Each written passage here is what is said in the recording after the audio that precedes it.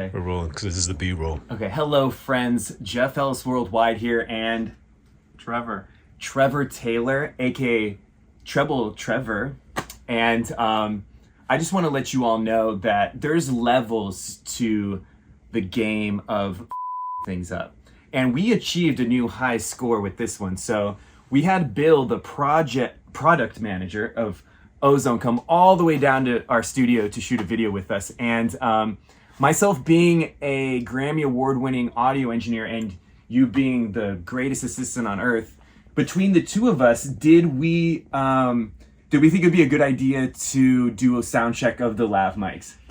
No, we didn't. We didn't do that at all. And then another thing we didn't do was a sound check of the audio screen cap. The screen capturing software records the audio of Pro Tools. Did we check that?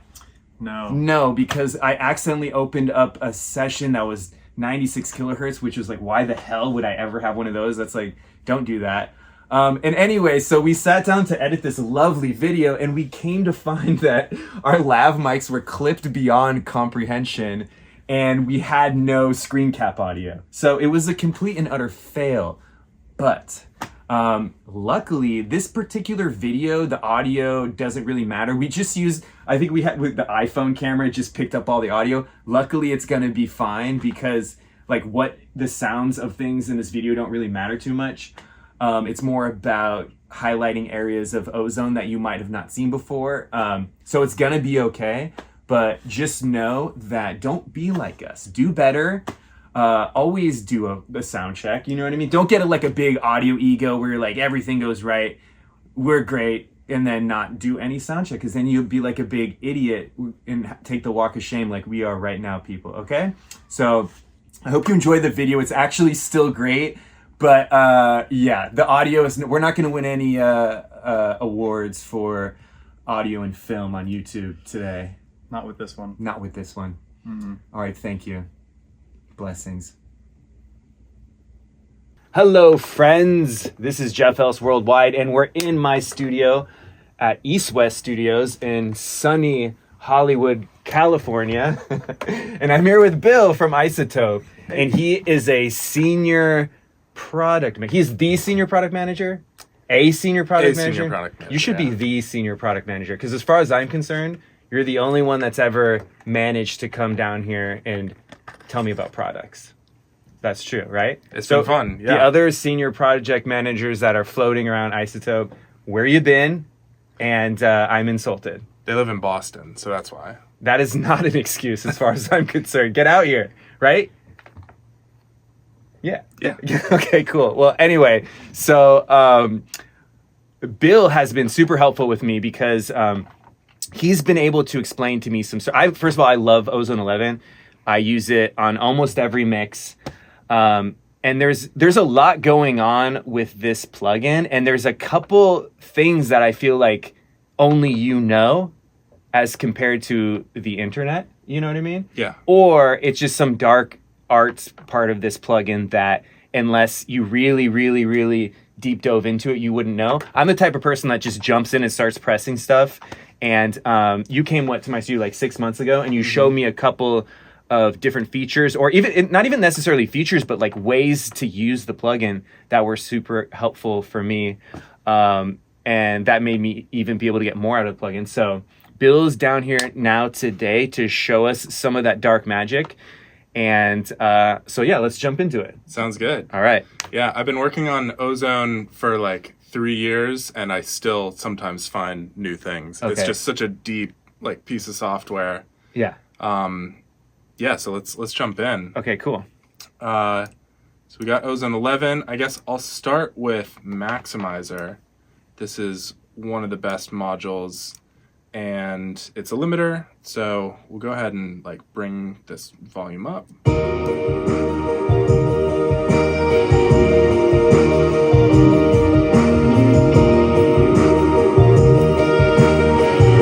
So we're doing some light limiting. Can I ask you a question really fast? Yeah. This is probably like, I wondered this for so many years, and I don't even know if like I've gotten to the bottom of this, but the word maximizer, right? Yeah. Why is that word chosen sometimes just over limiter? Like, because we have the analog limiter on here, and this module is called the maximizer. Yeah. Is it just a different word to mean the same thing, or is this like? I think so. Okay. I think like limiter, like a maximizer usually has makeup gain kind of built into it, so it's Okay. like always making it louder rather than just a limiter is like bringing down a threshold and limiting it. Okay, cool. But it's not a great answer. It's a much cooler name, right? Yeah. So short answer, it doesn't really matter.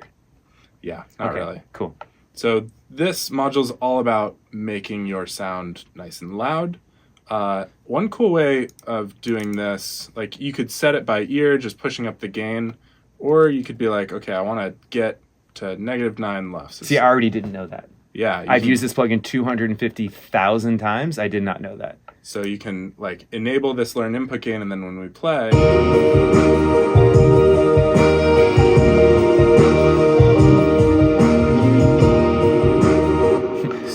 That's so funny and so helpful for me because there's situations where I want to, I know the LUF score of the rough mix, and I just want to match what was going on with that really fast. Like, for example, if they had a different limiter on it and I wanted to try to see, because sometimes the LUF score will be the same, but the limiter is doing different things and moving the drums in different ways, and it's just easy to quickly switch out to using Ozone because I wanted to use Ozone. Maybe they had some other limiter on there, and then all of a sudden the level is going to be different, right? So how do I get it right back to that super fast? And that button's there for me. I never even noticed it. Yeah. Okay, cool. There it is. All right, so that was worth the price of admission right there for me personally. One of the new things we added to the maximizer that I really like is this delta button. So when this is enabled, we're going to hear just what the maximizer is taking away. So every time it like hits 0 dB and needs to reduce, we'll hear that being taken away. And it just kind of sounds like a little buzz. It sounds like a horse walking, right? Does it not? Am I wrong? Well, Bill's like, nah, it don't sound like a horse. Not at all. It's done. Cook flop. I don't know what horses you've been riding lately. Okay, fair enough.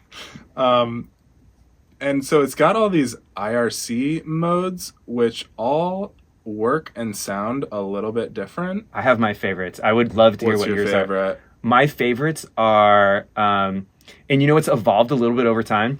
Okay, first of all, can I just do a little Jeff Ellis super secret trick hack for this? Yes. IRC low latency for certain songs sounds really cool. Yeah. Like, there's an aesthetic sometimes of where it's like, for example, you'll have like a rough mix that kind of had like a shitty limiter on it, and it did an aesthetic that was ugly, and then maybe Ozone made it too pretty or whatever.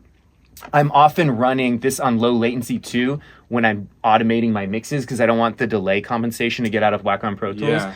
And sometimes when I mix into that and I get to the end and I switch back to one of the more advanced algorithms, all of a sudden I miss the grain. It adds a really cool grain. Mm-hmm. So don't avoid IRC low latency just because it's called like low latency. Yeah. But my favorite ones are, of course, modern and balanced. Okay. And then I used to be in love with transient. I don't know what happened, but I moved away. And then sometimes IRC1 is great when there's songs where the transient of the drums is, I want to round it out a little bit. Does that make sense? Mm-hmm. So it moves around a lot. But by the way, what does IRC stand for? Intelligent Release Control. Okay, so you didn't know that either. Yeah.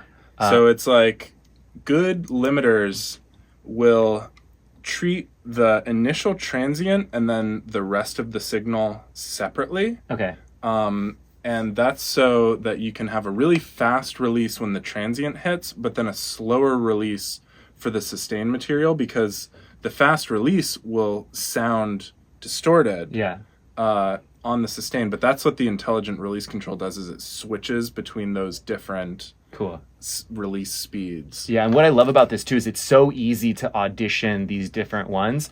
So don't think just because one's more advanced or whatever it's gonna, and just because it says pumping doesn't balance. It might sound more unbalanced. Don't get too wrapped up into what these are actually saying. Yeah, it's so easy to just go down the list and start hearing what it does to the drums. Like this is like your final maximizer or limiter is so integral to the way your song moves, the way the drums move, the pocket of the song. You're going to want to set these things based on how you feel, right? So don't get caught up in the words. It's always changing. The reason why I have favorites is simply because I guess the way that I like for drums to move, because that's ultimately often what's going to be hitting this thing the most. Yep.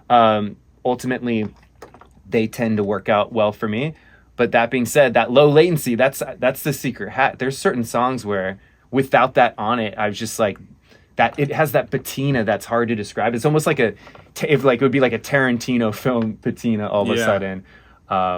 But cool. I don't know if we can talk about this, but on a new Mix with the Masters, Chris Gehringer was showing his master for Dua Lipa Houdini. Yeah. He was using IRC low No, latency. okay, so I thought I was like the only one that appreciated it. But I remember texting Dale Becker, mastering gender one time, like, I have a group chat with Dale Becker and Josh Goodwin, and I'm like, yo, check out IRC. I was just like nerding on it one day. Certain songs, it's great. In certain songs, it's terrible. But that's why it's important just to audition this stuff, go through it, and just actually listen. That's another thing, too. It's like, actually listen. Is that a crazy concept? Just actually listen to them. No. And that's what I was going to show, because for me, it's like, kind of hard to hear these things, and for anyone with not like super golden ears, but the delta is so revealing. So if we turn the delta on and we're hearing what the maximizer is taking away, and we're riding our horse to battle, so it's like, can you hear the difference between that, right, where IRC4 Transient is able to like preserve the low end better, but you have more sort of top end being taken away. So IRC4 Transient, is that designed to bring out the transient or curtail a song that has too much transient? It's designed to like preserve the transient as much as possible through the limiting. Nice. And while we're on it, Maximizer doesn't have like attack and release times, but it has this character control that will go from like clipping, very fast, fast and loud, smooth, transparent. And that's like the release time, but it's more complicated because it also has look ahead and like all this stuff built in. But the way I like setting this, let's just go back to IRC1, is if you hear it take away the drums and then continue to take away other stuff that's not the drums, that's the limiter pumping. Okay. So if we make this really long, like right, now you're hearing more of the tonal instrumental music that we're pulling away. Compared to that, we're only taking away the drums. I see. Another cool thing is this stereo. Okay, this is something you got me turned on to the last time you were here. Yeah. Also made easier, we'll just start with the delta button. Okay. Stereo independence is like, sometimes compressors, you can unlink the left and right. So it's like you're separately compressing the left and right channels. And that's like at 100% with both of these, it's completely unlinked left and right. Okay. And you can see it here.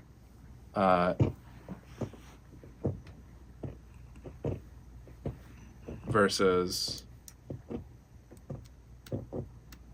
that delta is completely in the middle of the image. When you said see it here, what were you pointing at? I was pointing at the dippy bars. Okay, got it. Okay. I see. So now left and right are acting differently. Independent. And then when you drag it to the left, suddenly it looks like a more of a kind of like a mono. Right. Okay, interesting. It's equally limiting the left and right channels. So like you can get a little bit louder with this and a little bit more like stereo width. Okay. And if you imagine a drum fill going like do do do do do across the image, it would be limiting it in its place in the image, if you know what I mean. But you run the risk of slightly moving your stereo image around. One thing, okay, so since you taught this to me, a lot of mixes sound the best over here. Yeah. But some of them, almost to the point where I was like, damn, I'm just gonna do it all the time. But sometimes I bring it from kind of like here to here, and all of a sudden it's just like better around here. What's the reason?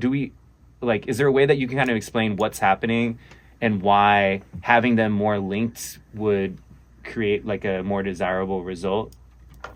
Because I don't really understand it. I just know what sounds good and what feels good. Yeah. And but it would be cool to like intellectually wrap my head around like what really is going on.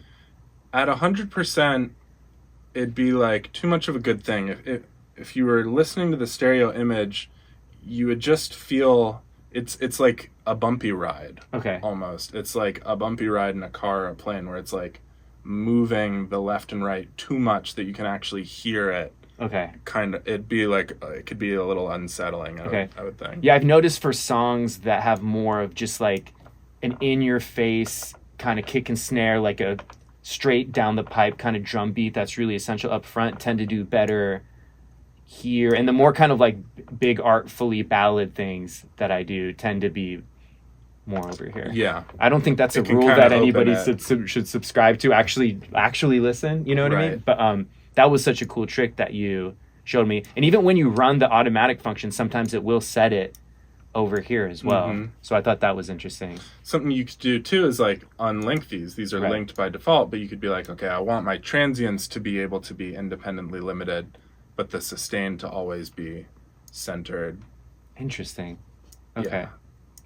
It's like small details, but you know, does make a difference. So we could talk about the upward compress and the soft clip a little bit. Yeah, I would love if you explain the upward compress. Sure. So that's made... Okay, so the upward compress is about evening out levels over the course of your song. Okay. So when we're doing this basic limiting, we're getting like a good amount of limiting that's nice and loud. And if we bring up this upward compress, it's going to start compressing in between those hits. Barely. But it makes a much bigger difference if we maybe switch off the mixer view and get to a point in the song that's quiet. Kind of like going in between like the verse and a chorus or something like that? Here we go. Okay.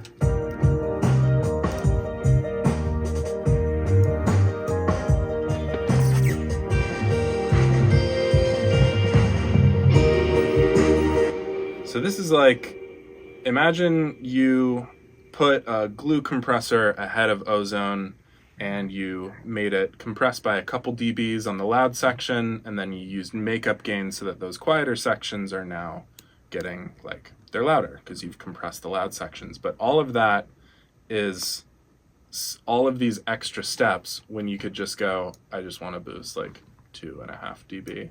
I want to upward compress those quiet sections like 2.5 dB. Got you. And it's all gain staged like within Maximizer so that on those quiet sections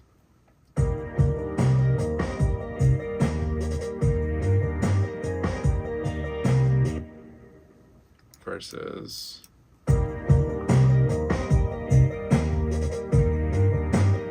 Can you just peg this up? Can you put it up super high just so we hear like let's see what that...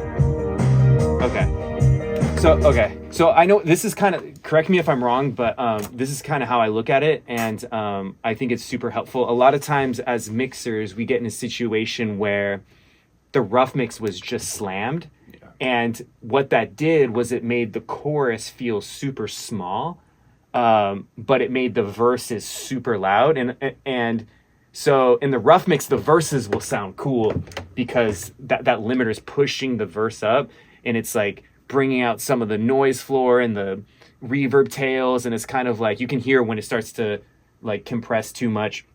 It brings out like a different aesthetic and fullness, which is sometimes really nice. Yeah. But then when it goes into the chorus, all of a sudden the over compression like clamps down all of a sudden, and now you get an energy drop because there's nowhere for anything to lift, and you have...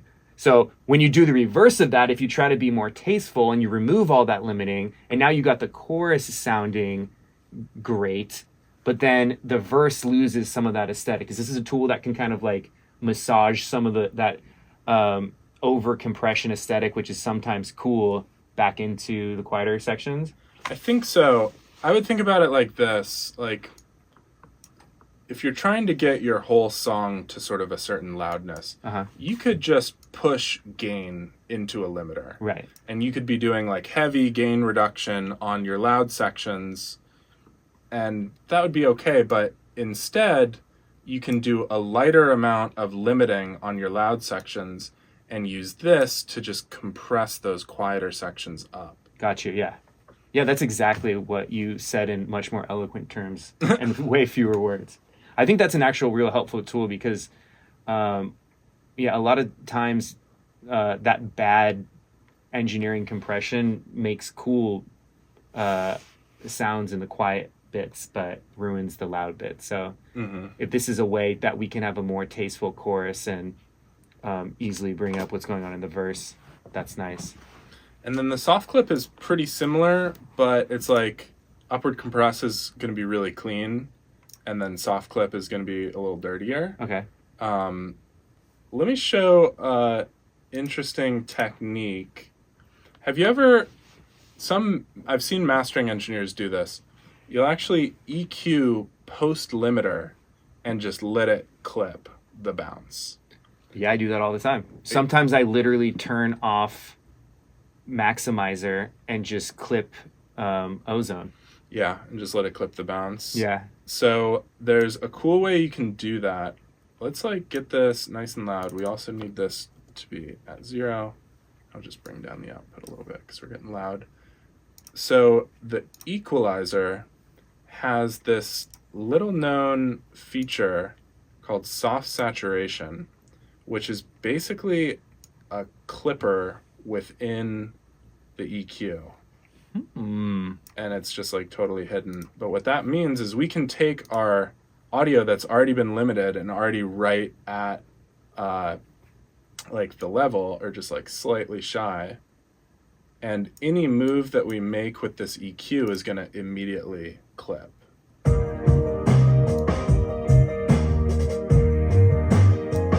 So we could take the low end and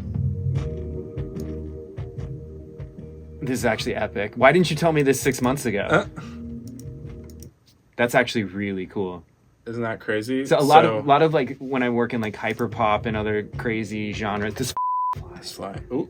a rat died in our roof and then spawned a bunch of flies, and we're doing our best with that situation. So here's the crazy tip. We can hear with the delta like the crunch that we're adding. And a fun extra thing is like, let's make this transient sustain and like only clip the transients or only clip the sustain. Wait, what? I almost feel like not even telling people this because I just want it for myself. Would that be the right thing to do? No. Okay. Can you back up a little bit? How did you get to this window right here? Okay. So the transient sustain is one of these, we call them channel modes. Okay. Like you could do mid-side, Right. left, right, or transient sustain. The fly just landed on my face. Okay, continue. And Dude, it's so bad. It's live. this will mean It's live video. we only take these transients and push them into a clipper. Okay. See, this is why I wanted to get you down here, because every time you come in here, I'm learning new things about this. Like, this is really cool because I'm always living in the world of, artfully clipping things into oblivion. Right. And there'll be situations where I have a rough mix. In fact, I'm dealing with this problem right now where the rough was like so clipped and compressed, and it'll do a cool thing every time the kick drum hits. Yeah. But otherwise, the clipping and distortion is like not being helpful to the song artistically. Right. But this can kind of do that thing where a lot of times the kick drum sounds so good clipping. Yeah. However, once you remove that, you lose that. But in the effort to get all that clipping, you're massacring the vocals, and maybe there's some higher end information like the cymbals in a song or something like that it just feels bad with the clipping. So this is amazing. So that's a post limiter transient sustain EQ into this clipper, which is called soft saturation in the Ozone equalizer. I'm gonna have to watch Isn't this that a video cool back just to learn all this stuff. Okay. Oh, he got it. He got it. That's insane. Hold on, I'll help you out. That's crazy. Wow. This is the greatest YouTube moment of all time. 100% press that subscribe button for that. You've never seen that on live YouTube before, have you? No? Maybe? I don't know.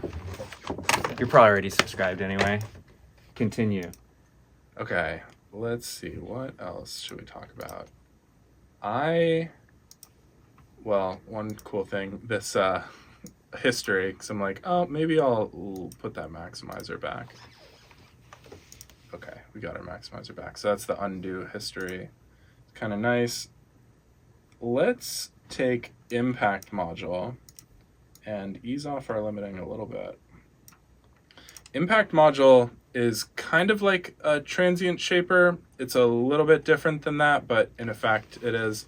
But one of the things that makes it really unique is its tempo synced timing, where it can really like enhance the groove of a track, and especially in multiband. So what I'm gonna do is enable this auto gain and take all of these bands, and with tempo sync timing, just gonna start throwing this mix like crazy to give it movement, and then I'm gonna back it off.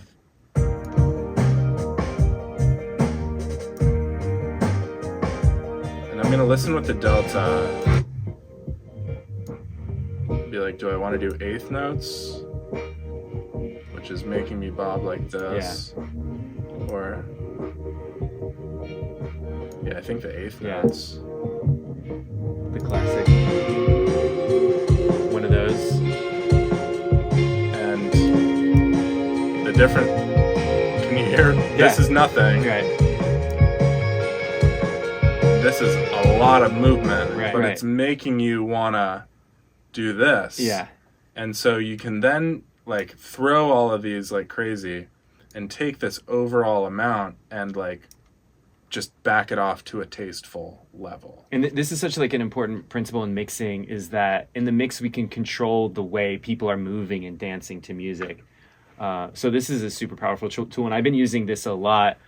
And whenever I'm listening to this stuff, I'm feeling the way that my body moves, because that's kind of like the danceability or the pocket of the song, right? Right. So when you're doing something like this, you really don't want to use this in such a way that is conflicting with the pocket, or kind of like the dance, or the even like non-dance songs still kind of have like this song has one of those things, right? Right. So this is super helpful in one's ability to accentuate that and highlight that if it needs it. So a lot of people end up compressing all the movement and dance out of their music. So this is super cool. Yeah. So we showed impact, I guess. Let's take a look at stabilizer. So stabilizer, most people know it for the shape mode, which is like an automatic EQ.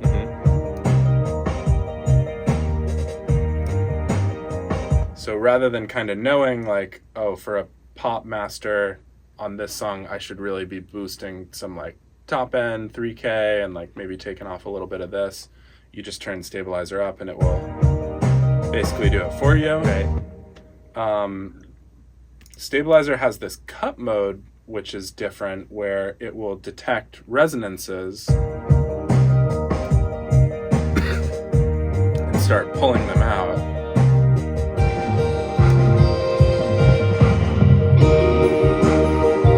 Let's delta that. It kind of sounds cool. Yeah. So it's hearing a little bit too much of that ooh from like the guitar, and it's just able to pull that out. But that cut mode, sometimes people just never find that button. Cool. Is it crazy to, because sometimes I want to use both, but you can't have two modules. Yeah. So is it crazy that sometimes I just add another Ozone up here with the cut function? Yeah, no, That's I do not that crazy. all the time. Okay, cool. Yeah. Let me give you one interesting inside scoop, because I would love to have like infinite stabilizers and infinite maximizers in here. The reason that we can't is because the plugin needs to tell the DAW every parameter that is in there so that the DAW can save them and expose them to automation. Got you. Yeah. So we can't just be like, oh, surprise, there's another stabilizer now. Then you couldn't automate it. You couldn't automate it. That makes sense, and you couldn't save it, most and that's, importantly. That's another thing, too. I feel like for some reason, people are hesitant to automate plugins like this, which I do all the time. A lot of times I'll have, like, on Stabilizer, it'll be like, we're in shape mode. Verse will be like this, right? And then the chorus drops and maybe it'll be like that. And if you go to like pop or whatever, that's one that's going to be adding a lot of brightness or whatever. Or even like EDM's a sick one because that's kind of more like a low and high boost thing. Mm-hmm. And as a way to get more macro dynamics is what I call that principle. Like verse, chorus, pop, automate this stuff. You can automate all this stuff and it's super helpful. Same thing with the EQ. You can automate this parameter right here, right? So you could have this and this, one of these old things, and the verse is like that, and then the chorus comes and it goes like that. So don't be scared to automate all this stuff. It's super helpful. And like realistically, the optimal curve, even if you're using, I always think of this as a mixing plugin. You probably think of it as a mastering plugin, but it's just part of my mix bus, right? Yeah.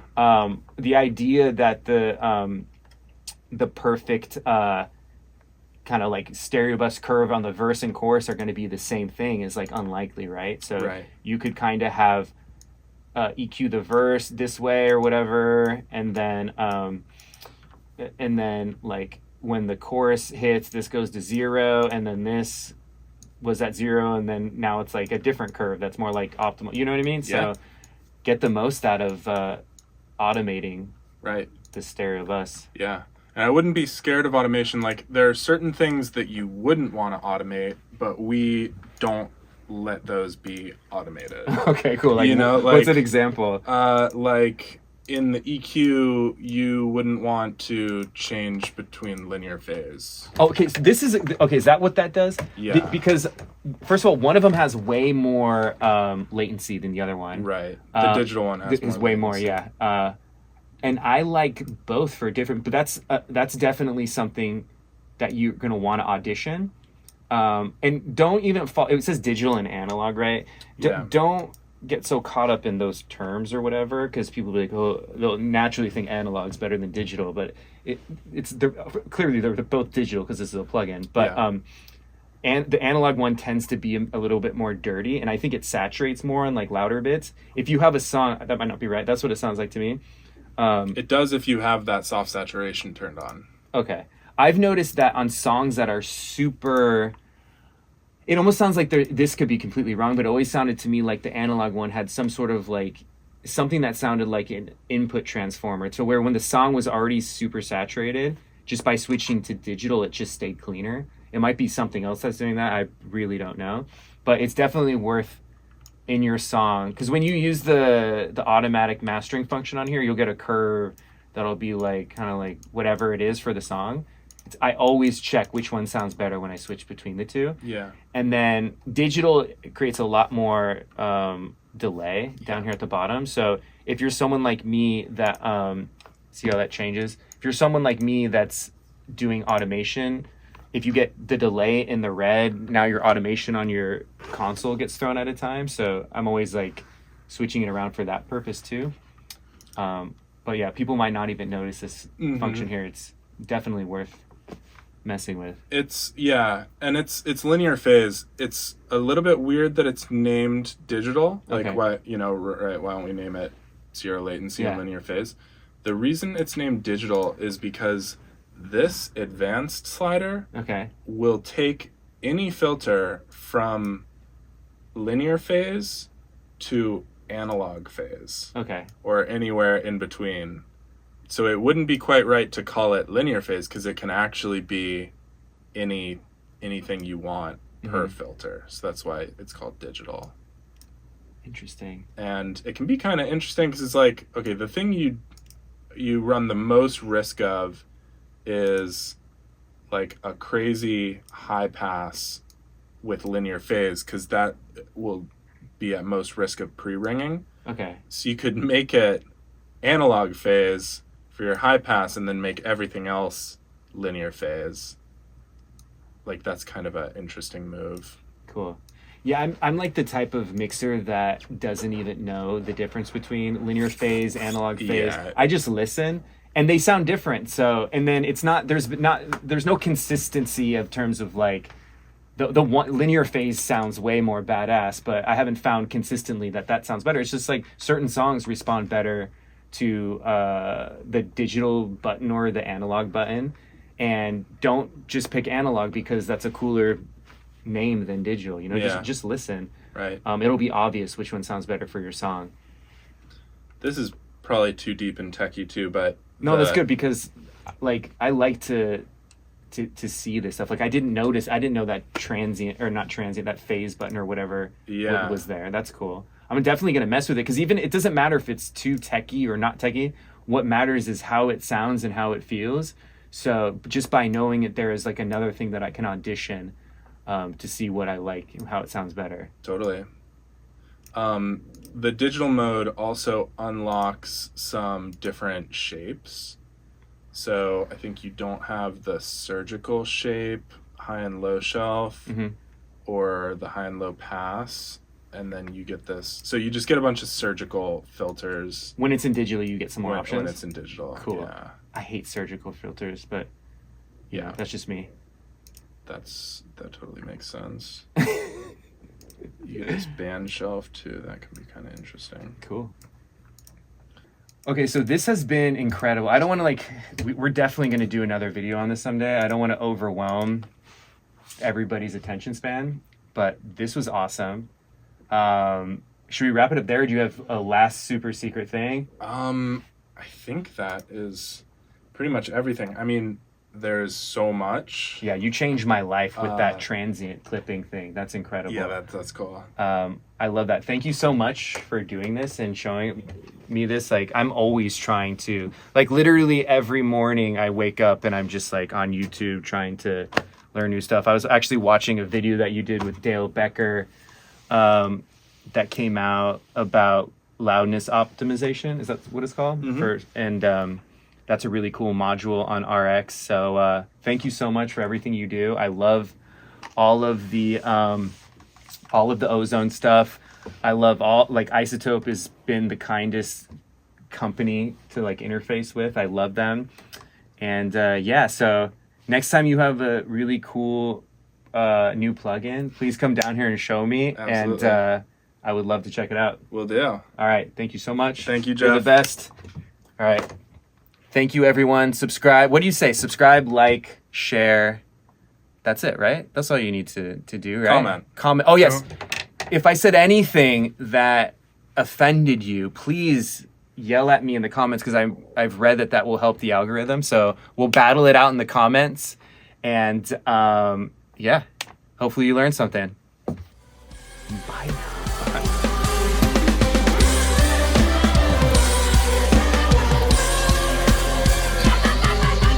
Friends. Oh, hello. Action. Hello, friends. Thank you so much for watching that video. If you made it this far, that means you're a super nerd, and I congratulate you for that. There are 2 super nerds on these fine bean bags as well, so we're all one big super nerd family. And since we're family, I wanted to let you know that Trevor and I are working super hard on this online course that we're calling Mixer Brain. And it comes out in December. And what it is basically the distillation of all the principles of mixing that I've learned throughout the years, okay? And I think it's gonna be the best thing that ever, pretty much the best thing that ever happened to anything, specifically music, but maybe anything that ever happened in Earth. So if that's something you sound like you might be interested in, sign up for the mailing list below. And when this thing drops in December, there's gonna be some sexy coupons, making this thing nice and affordable to everybody. Meanwhile, Jeff is gonna get rich, even at the good price. You know, it's a good price to sell a lot of units, a lot of volume, high volume, right? Good content, create value, high volume, get rich, retire young. That's the goal, okay? I love you guys. Like and subscribe. mailing list. Let's go. Let's get it done.